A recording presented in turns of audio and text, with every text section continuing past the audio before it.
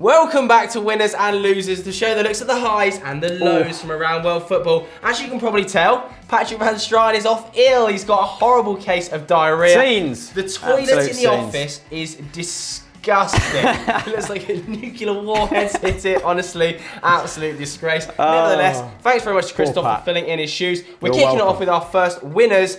Arsenal 3-0 thumping of Chelsea, Christoph. It was an emphatic victory on Wenger's 20th year anniversary game. That makes it 4 consecutive wins for the Frenchman. And it was hugely impressive in every department, Joseph. Alexis Sanchez up top has now got 47 goals in 100 games. That is just one less than Thierry Henry got in the same amount. That is mesmeric. Theo Walcott.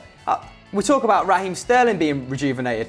Theo Walcott was everywhere yesterday, helping Hector Bellerin out when he marauded forward, and of course linking up with the right back for that beautifully worked second goal. And the centre-back pairing of Mustafi and Koscielny looked solid. Diego Costa didn't get a sniff. I've got down here, mate, 12 clearances for the pair, 12 interceptions, 4 tackles and 2 blocks. What an effort from those boys.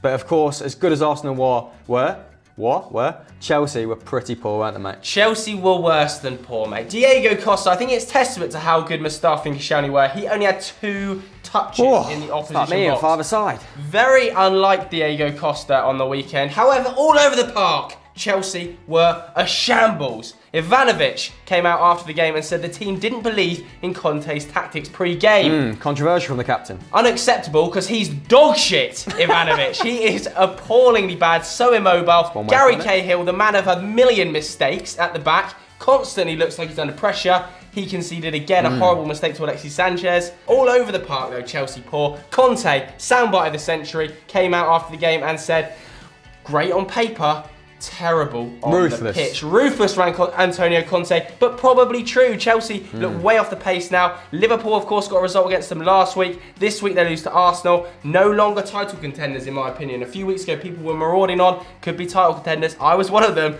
2 weeks later, they're going to be struggling for a top 4 finish. Let us know what you think, though. Where are they going to finish? Top of the table? Top 4? Top 6? Let us know in the comments. Our first losers this week, Joseph, are Zizou's men, who drew with Las Palmas 2-2 at the weekend, despite creating 27 chances to the opposition's 8.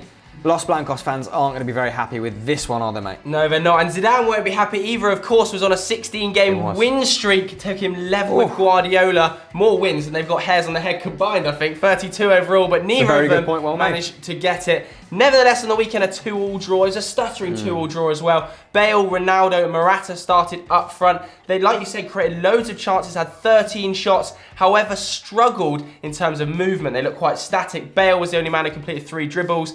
Overall, not a great day. Benzema had to come onto the pitch and scored yet again. He has now scored against every La Liga team he's faced. That's 113 goals against 30 different teams. Benzema, different gravy, has been for a long, long time. However, the midfield of Real Madrid, despite the result, looked good again. They did, mate. Modric, Asensio and Cruz completed 10 key passes between the 3 of them. So the supply line was there. They just weren't doing it up front. Obviously, Ronaldo coming off for the last 20 minutes. You don't see that very often. Stropping as well. Signals that he might stropping as well. Signals that he might be a little bit unfit. And now they've lost their momentum. They're only 1 point ahead of Barca and 2 ahead of Atleti. So they've lost the advantage. They've stuttered a little bit, as you say. The other teams are catching them up. Makes the Liga a bit more interesting. What do you guys think? I mean, it's early doors, but where do you think Real Madrid are going to finish this season? Let us know, just for a change, Joseph, in the comments below. Our next winners are Manchester United. We're back, baby. Hammered Leicester City 4-1. Claudio Ranieri shoving his face into the Old Trafford dirt on the weekend. What a result, Christoph. Talk to me about that. It certainly was a hammering for my hometown club, and it marks a return, annoyingly, for Manchester United, who lost their 3 previous games.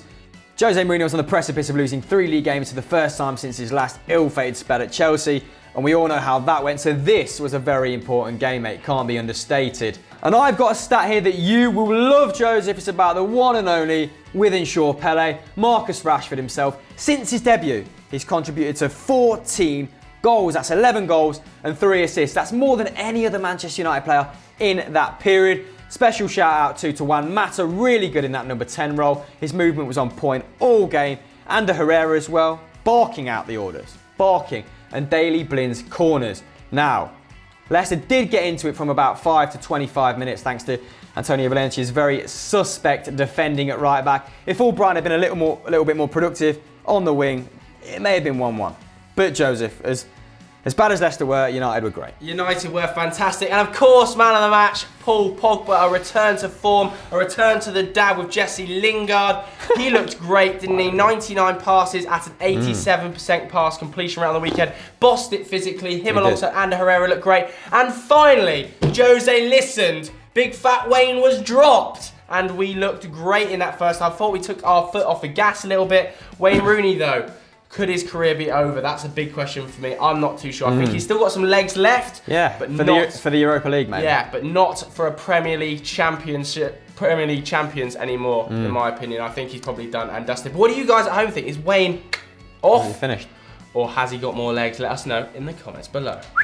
And our next losers takes us over to League One, Josephine, and it's Unai Emery's PSG, who've now lost 2 games after losing to Toulouse at the weekend, 1-0. That's as many as they lost in the entirety of last season. It is all going Pete Tong at the Parc des Princes. Joe, why is this? I don't know, but it's been horrible over there. Di Maria on the weekend looked awful. I don't know what's going wrong with there. Every time there seems to be a problem, Di Maria looks like he wants out of the club. Of course, his agent on the weekend said that he wants out or wants away, maybe bigger move in the summer. Shocked they're not doing well. That's what happens with Di Maria. Ben Arfa, of course, another problem player. Of course, Unai Emery came out and said that he's not Messi. He can't win a game by himself. And he has now not been included in 4 matchday squads. Ben Arfa looks like he's probably going to be sold on in January. Unacceptable. Serge Aurier, of course, got sent off in the 46th minute for a second yellow card. A silly foul to give away for the penalty against his old side.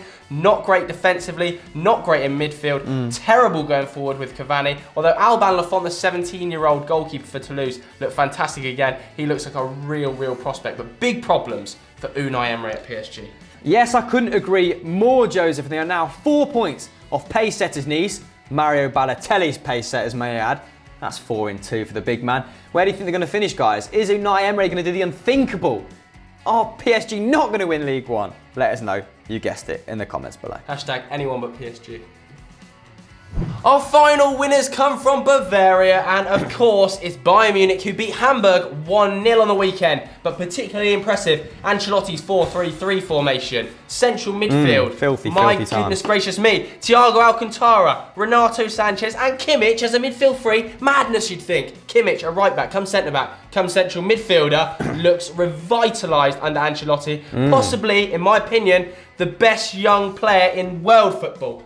I've said it. Mate, goal scorer. He now has 4 in his last 4 after having 0 in his previous 39. So his star is firmly on the rise. The guy also had 103 touches in the game, Joseph, and won 69% of his duels, making him firmly our man of the match. Now I want to talk about Alcantara as well. What a technician and what a ball into Frank Ribery for Kimmich's goal. Yeah. That was absolutely fantastic. He also won 4 headers and made 3 tackles. That is no mean feat for a small man. And René Adler, he kept them in the game with 7 saves. He was Hamburg's man of the match. And Hamburg, this is a team that covered 9 kilometres more than Bayern Munich during the game. So they worked hard, they huffed and puffed. But you know what they say, Joe, cream always floats to the top. It does indeed. And Bayern just look so strong. We talked about in pre-season having unbelievable depth. And then you look at the likes of Barcelona and Real Madrid, Ronaldo struggling for fitness, Messi injured already. Bayern have no such problem. Could bode well for them in the Champions League. But what do you guys at home think? Bayern Munich, Barcelona or Real Madrid? Who's going to win it? You know what to do in the comments. And our final losers takes us over to Merseyside, where Everton's best start to a Premier League campaign was halted with a 1-0 loss to Bournemouth. Now, there was a few chances in this game, Joseph. Everton created 12, edged it to Bournemouth's 10, but such was the poorness of these chances that Stecklenburg had 0 saves to make, barring that Junior Stanislas goal, and only made 2. Oh, ugly scenes. Romelu Lukaku didn't have his best day at the office. Trampoline foot was back. He was ballooning left and right off him. He scored a hat-trick, of course, last week against Sunderland, so I was expecting him to come into this game firing on all cylinders, but it just didn't happen for him. Didn't happen for Ross Barkley either. He looks attacking-wise, he looks a threat, but when he gets into key positions, he looks a mess. Too many long-range shots. Reminds me on occasion of Philippe Coutinho. Ballooning it left, ballooning it right. Not a great day at the office the hating on Barkley. However, you have to say, a great great day for Bournemouth and Eddie Howe's men. He'll be delighted to get that big name scalp out of the way. Of course, you also got game time for Jack Wilshere, who completed 100% of his passes when he came on the pitch. Harry Arter had another good day at the office as well. Got man of the match there. And Junior Stanislas scored an absolute banger. But where do you reckon they're going to finish, Christoph? Everton in the league? I'm not sure if they can get in the Europa League. I think that would be a great performance. And big shout out to Harry Arter, as you say, who made more key passes in that game than Idrissa Gueye and Gareth Barry put together. So a big well done to him. I think they're going to finish 6th or 7th. What about you guys? Let us know in the comments below. So those were our winners and losers from the weekend, but have we missed any that you guys have seen? Let us know in the comments. And if you enjoyed this, guys, head over to Euro Football Daily, where we look to the highs and lows from across the continent. And as ever, guys, hit that subscribe button. Hit it. Whoosh. Weasel.